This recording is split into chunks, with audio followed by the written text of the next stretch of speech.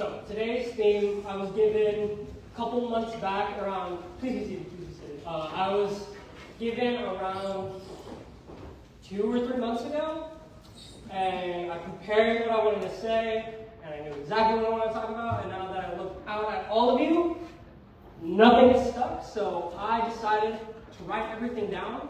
So if you see me peering down, like I walk over this way, and then I hit him with one of these, and come back to my tablet over here, I'm not checking Facebook, nor Instagram, nor updating my MySpace. I just need to make sure I know what I'm going to say. So, I'm going to start this off with a little bit of an open invitation, like an open conversation between the church and myself. How many of us own cats? How many of us? Show of hands, show of hands. How many of us own dogs? I own a dog. How many of us have chickens, per se? Yeah, a couple of people. How many of us own lizards? Different kinds of pets, yeah. How many of us, this one will get more into our religious side, you know? So, how many of us grew up inside of a church? I did. How many of us came to church later in life? Maybe past your teens, maybe in your 20s. You never knew God as a kid. Never knew Him. How many of us tell ourselves every day, and we know it for a fact, that Jesus Christ died on the cross and rose from the dead 3 days later? I believe it. I affirm it. Every Sunday, every day, I affirm it. How many of us have ever heard it, and then a small, still voice in the back of your head says, "No, that's not real. Don't be. So we have a church full of liars is what we have." Honestly, how many of us have ever looked at a cross and thought for even a brief second, and just because you doubt, just because you think for a second, maybe He didn't, doesn't mean doesn't mean you're done for, doesn't mean you're done so. Even Jesus' disciples, which we'll get into, doubted. They doubted all the time. How many of us have ever thought, even for a small second, that maybe He didn't? Show of hands. We have more honest people now, alright. So, I would like to say, doubting is a healthy part of Christianity. And what I mean by that is not, going around saying, "Oh no, He didn't," or the cross is just the metaphor for us dying and then coming back eventually. No, He actually died on that wood. Not that wood, obviously, but died on a big wooden cross. The most painful that anyone could ever suffer. They invented a new word for how much Jesus suffered. Excruciating. Right? X meaning coming out of, like blood coming out of Jesus, right? And cruci, meaning cross, meaning crucifixion, meaning cross, coming out of the cross, excruciating. Invented a new word. But we know for a fact that Jesus died there, and we still sometimes doubt. And that's healthy. Story of doubting Thomas. He saw Jesus being put down in that wood, whipped 39 times, and even said, "Didn't happen. Until I see the nails in His hand, didn't happen," right? So I'm going to tell y'all a story. Y'all like stories? I like stories. I'm going to tell y'all a story of a famous doubter. I'm not going to tell you who it is. You will know by the end of it, though. Right? So imagine yourself. You're born in a small town, a small child, right? And your family owns this radically successful and well-known business, right?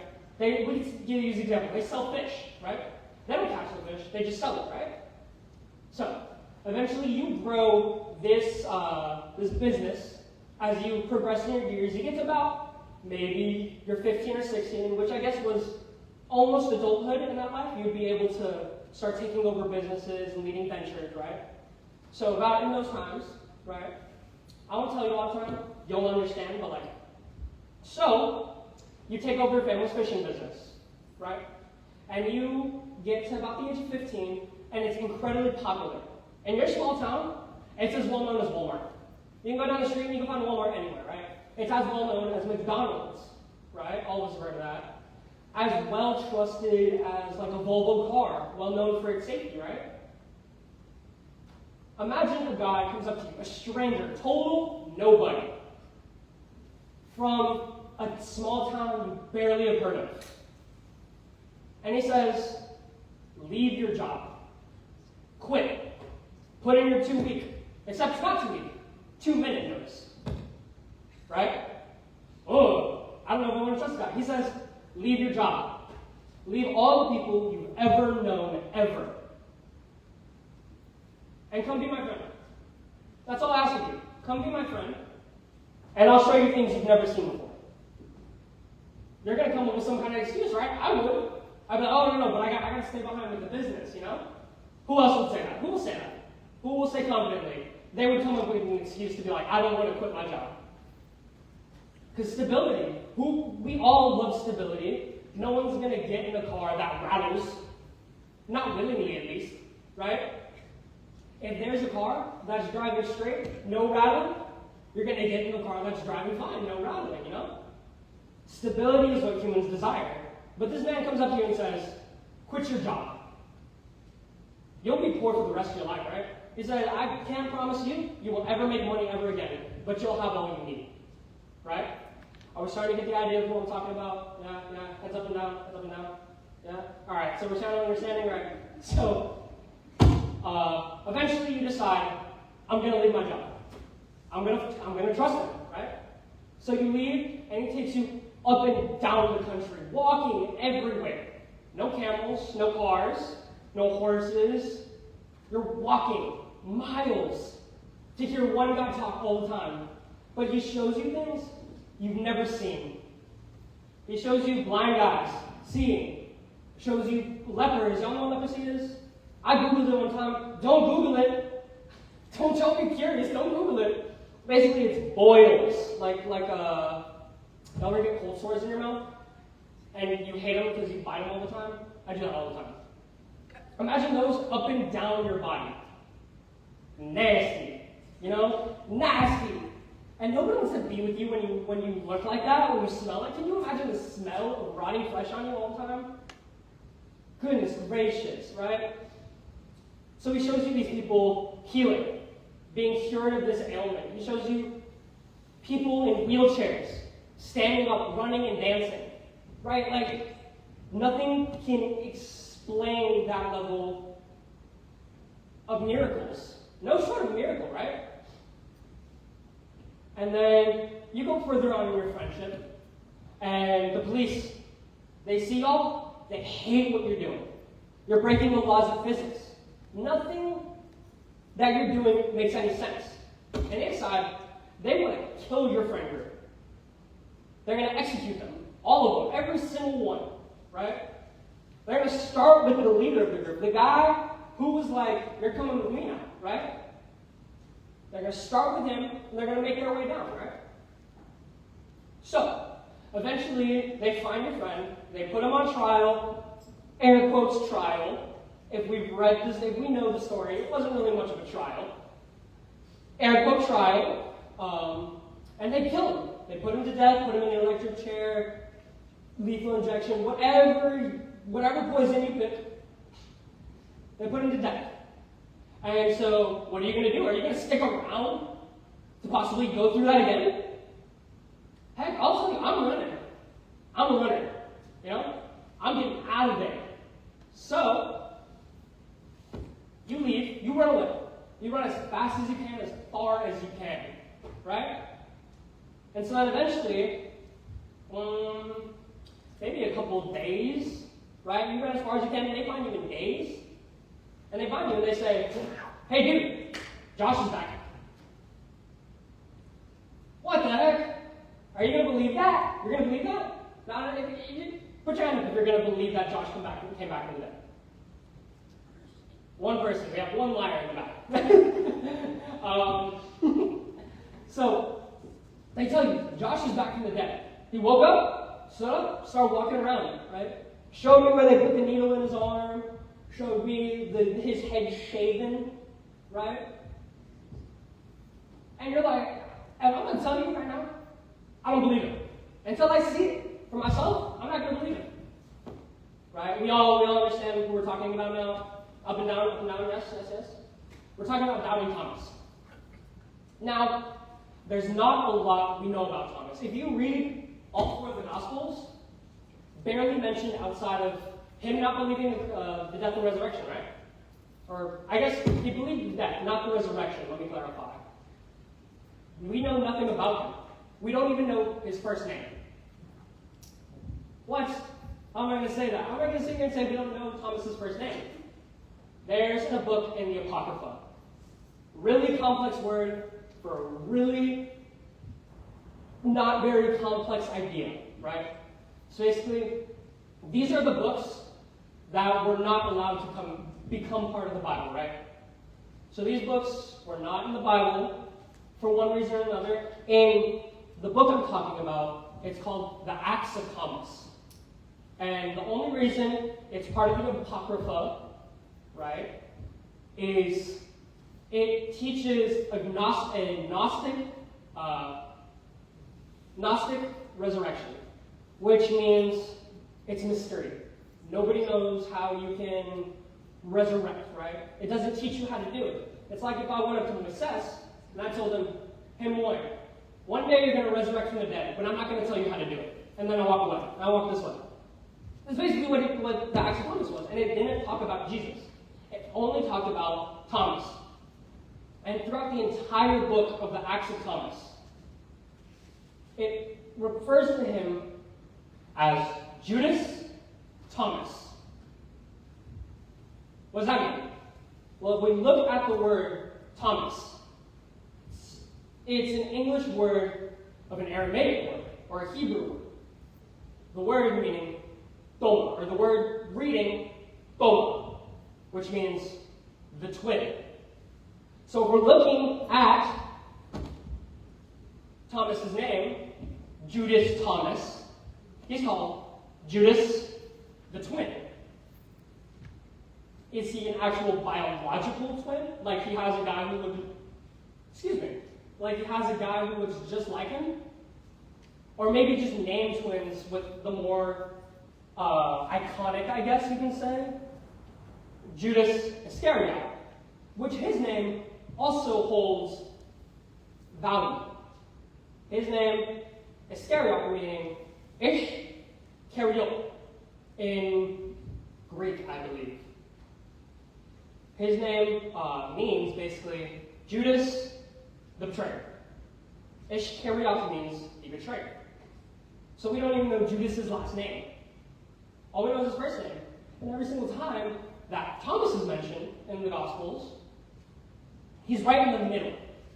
Because, when you list out the disciples, like, in your daily life, when you go around and say, Peter, Philip, Matthew, whenever people ask you to do that, which I know they don't, you always list out Peter, John, Bartholomew, because he has a funny name, Matthew, right? That's how I start the list. We forget about Thomas. And the only time Thomas is ever brought up in conversation about the disciples is when he doubted, which I think is kind of mean to Thomas, because all of the disciples doubted, right? There's a story. Hold up. Let me read you the verse real quick. It is Luke 24:11. No, Luke 24:10 and 11. It was Mary Magdalene, Joanna, Mary the mother of James, and the others who were there with them and told the apostles, but they did not believe the woman, because their words seemed like nonsense to them. Right? They didn't believe them. And that's why you get, later on, like in the book of John, you get the imagery, or you get the description of Peter and John running to the tomb. Now we know who won that race. Definitely John. But it shows their disbelief too. So is he really doubting Thomas? Or is he Thomas? Because all of them doubted. We don't call Simon Peter, or doubting Simon Peter. We call it doubting John the Beloved. So why do we call him doubting Thomas? I'm going to tell you the story of another doubter. You'll know who I'm talking about at the end. This story is a little bit out there. I don't know if you're really going to believe it, and you'll probably know who I'm talking about, because I'll mention what he created in his life. It's the guy we're talking about, right? So he was born in the late 1800s, right? I think it was 1890 or so. So, just like a couple weeks back. So he was I think 18-year-old man when he got drafted. He was born in Scotland, and so Scotland had a draft to go into World War I. This man saw horrors beyond his wildest comprehension. And, I forgot to mention one part. At the age of 9, he declared himself an atheist. At the age of 9. That's like Lily. That's Lily's age. Imagine that. Someone who is so distressed in their life that they reject all Christianity, right? So, he goes to World War I at the age of like 18 or so. Sees horrors beyond what a human should ever see. And when he's done, he is so shell-shocked in horror that he starts writing things down. And it's not like he's writing down words, he's writing down these horrific pictures. So eventually, he starts writing a book, and it's one of the most famous books out there. Like Star Wars level popular. Like Harry Potter level popular. You got any Harry Potter fans? Any Harry Potter fans? No? Alright, sweet. No? Not one set? J-Rod is a Harry Potter fan. I'm sorry, I didn't see you there. Like Harry Potter level popular, So he writes down this book, and then later on in his life, he starts studying why Christianity is wrong. Right? He tries to find all of this information saying, that God, Jesus Christ, did not die on that cross. Right? He's trying to find a way to say that. But he can't. Right? He can't, because all he has is teachings from unreliable sources. He has acts like Socrates. Right? Well, I'll tell you right now, church, there's over 10,000 manuscripts about Jesus Christ. There's only 2,000 about Socrates. And I'm just saying one language Jesus is in. Jesus is in 3 languages. There are 10,000 in Greek, 10,000 manuscripts in Greek about Jesus Christ's life, 7,000 in Hebrew, and 5,000 in Latin. There's more proof for Jesus Christ living than Alexander the Great. There's more proof that Jesus lived than Van Gogh. Wrong artist. There's more proof for Jesus Christ living than Leonardo da Vinci. Right? But there's still people who deny it. And so I'll get back to the story, right? So he finds this book. He tries writing this book, and he calls it Mere Christianity, trying to say how hurtful the ideals of Christianity is. Because he can only give in, don't do this, or you're going to hell. We've all heard those kind of people talk, and you brush along, and I don't want to listen to you anymore, right? So midway through writing his book, he discovers verses in the New Testament, Jesus speaking directly, and he says, Jesus is speaking to me. Big words there, I know. Jesus is speaking to you? We don't think that happens anymore, right? Anyone feel like God went a little radio silent after the Gospels? Anyone kind of feel that? I know that sometimes I say oh God, why didn't you show me? And I'll tell you, church, right now. God never stops calling. We just stop picking up the phone. Right? If you are trying to call someone, or they're trying to call you, and you don't answer, are you ever going to hear them on the phone? No, because that's not how phones work. If you stop looking for God, you won't find him. It says in the Beatitudes, blessed are the brokenhearted, for theirs is the kingdom of God. Blessed are the meek, for they will inherit the earth. Right? Blessed are all of these people who are suffering greatly, and we kind of overlook, right? You ever seen the homeless guy on the street? And he said, don't talk to the homeless man. All he wants is money. Don't talk to the homeless lady. Don't give money to her. She'll probably buy drugs with it. Right? There may be some truth to that statement, right? But not always. Jesus said, What you do to the least of thee, you do unto me. Right? So if we ignore the homeless lady, we're ignoring God. We're ignoring God's calling to serve his people. Now, church, I tell you, we're all his people, right?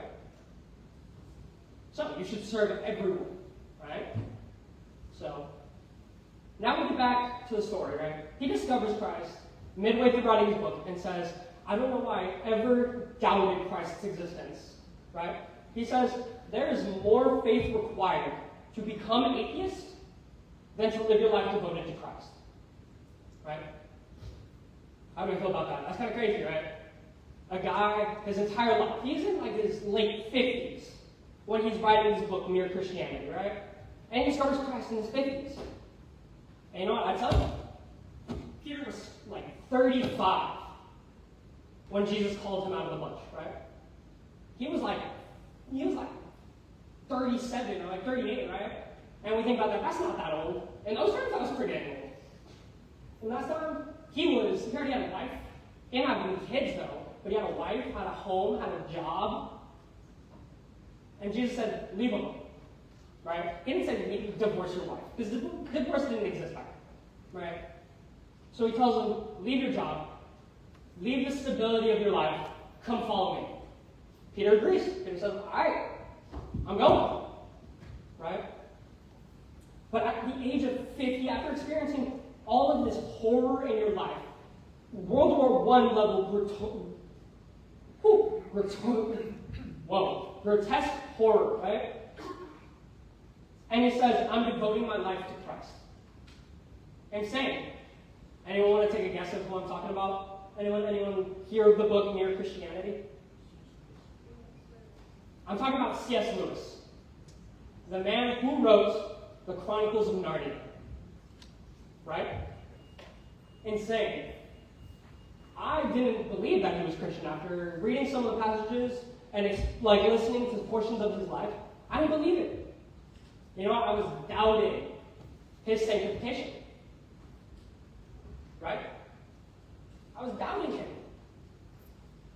But if we doubt one man, why do we doubt him? So I tell you all of this to say I'm ready to call out all of the false teachers in this room, right? Ooh, everyone's scared. I'm going to do it. I'm going to tell all of us who here has been spreading false information. I'm going to point them out. Anxiety. Biggest false teacher we've ever heard, right?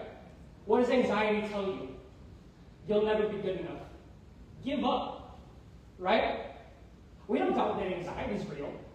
Everyone feels a little bit of anxiety, you know? I'm up here, I feel major anxiety, you know? Looking at all your faces, whew, I'm a little nervous. If you can't tell. Depression tells you, you've done X, Y, and Z. You cut that guy off in traffic. Well, you said a swear word. You spoke back to your mom. Give up, you're done.